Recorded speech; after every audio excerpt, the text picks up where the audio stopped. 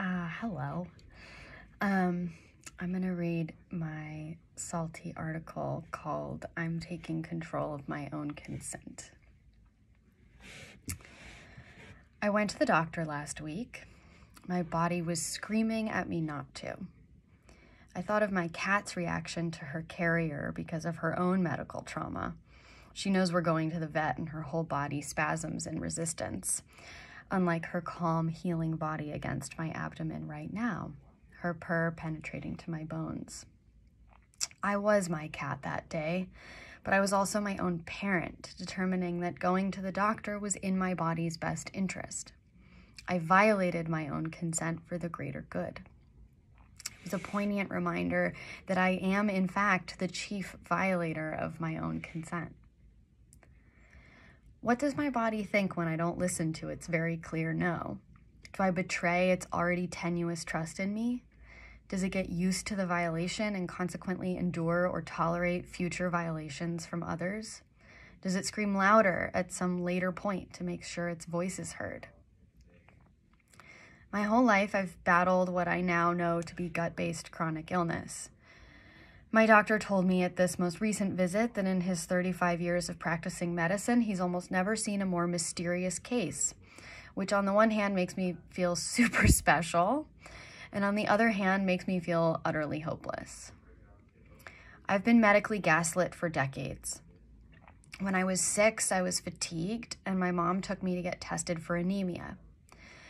Dr. Bob read us the results and said, "She's not anemic, she just has a lazy personality." I was 6 years old.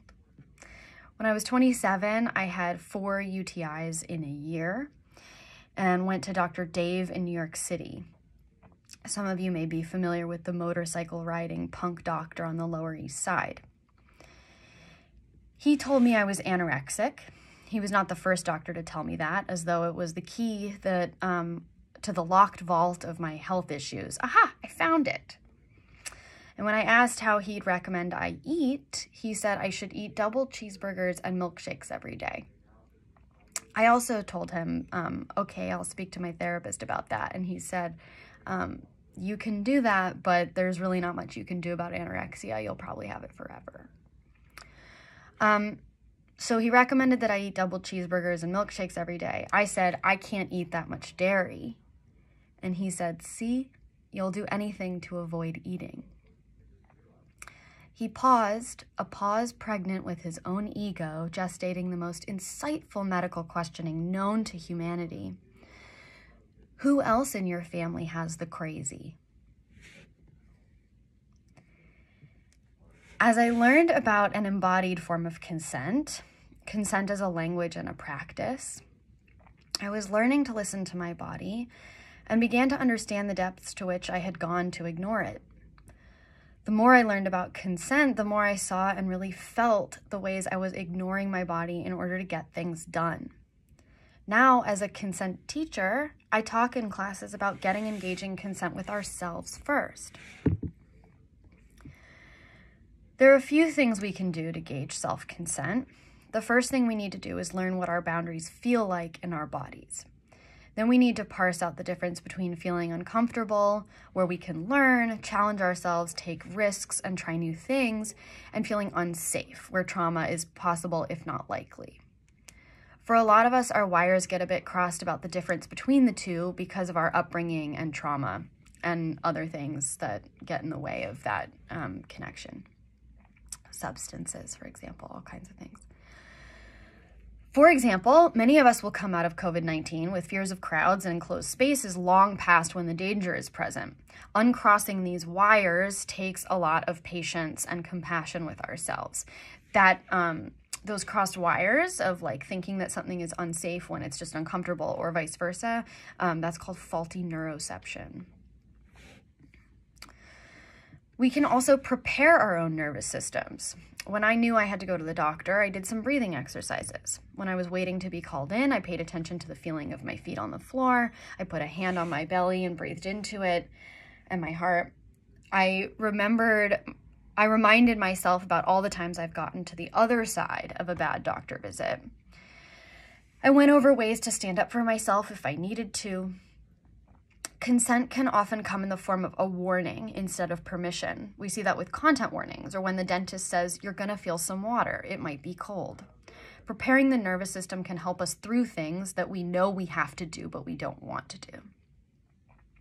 I want to be very clear that I don't believe that if someone has fuzzy boundaries or is not experienced at holding them, that they are to blame for their own trauma. As the pie chart says, the only thing to blame for rape is rapists. But to overlook the ways we teach our bodies that we are not going to listen to them is masochistic and a form of self-harm. We reject our bodies daily. We tell them that their insight is not welcome when we prioritize our intellects over our emotions. By the way, you have more neurons in your gut than you do in your brain, and you also have neurons in your heart. Your heart is a brain itself. We tell them that their insight is not welcome when we prioritize our intellects over our emotions. We tell them that their experience of gender and societal norms is dangerous and they should be quiet. We tell them that other people have it worse and they should stop complaining. The separation between our minds and bodies is a tool of capitalism. There's not much profit to be made if I like myself the way I am. So capitalism splits us from ourselves and then sells us things to repair the damage. I often think of that song from Hedwig and the Angry Inch, The Origin of Love, about Aristophanes' theory that we've been split from our soulmates and wander the earth trying to reunite with them. But I think of the two halves as my own mind and my own body being wedged apart by marketing and media that tell me that I can be whole if I pay for necessities like makeup, razors, tweezers, straightening irons, food supplements, diet pills, and toxic chemicals with which to beat my body into submission. We're sold this dualist tug of war that keeps us from knowing the feeling of our own boundaries.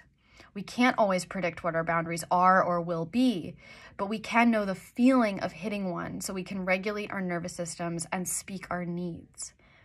Recognizing my healing in the form of reconnecting with my body so I can act from my gut is an anti-capitalist act of self-love.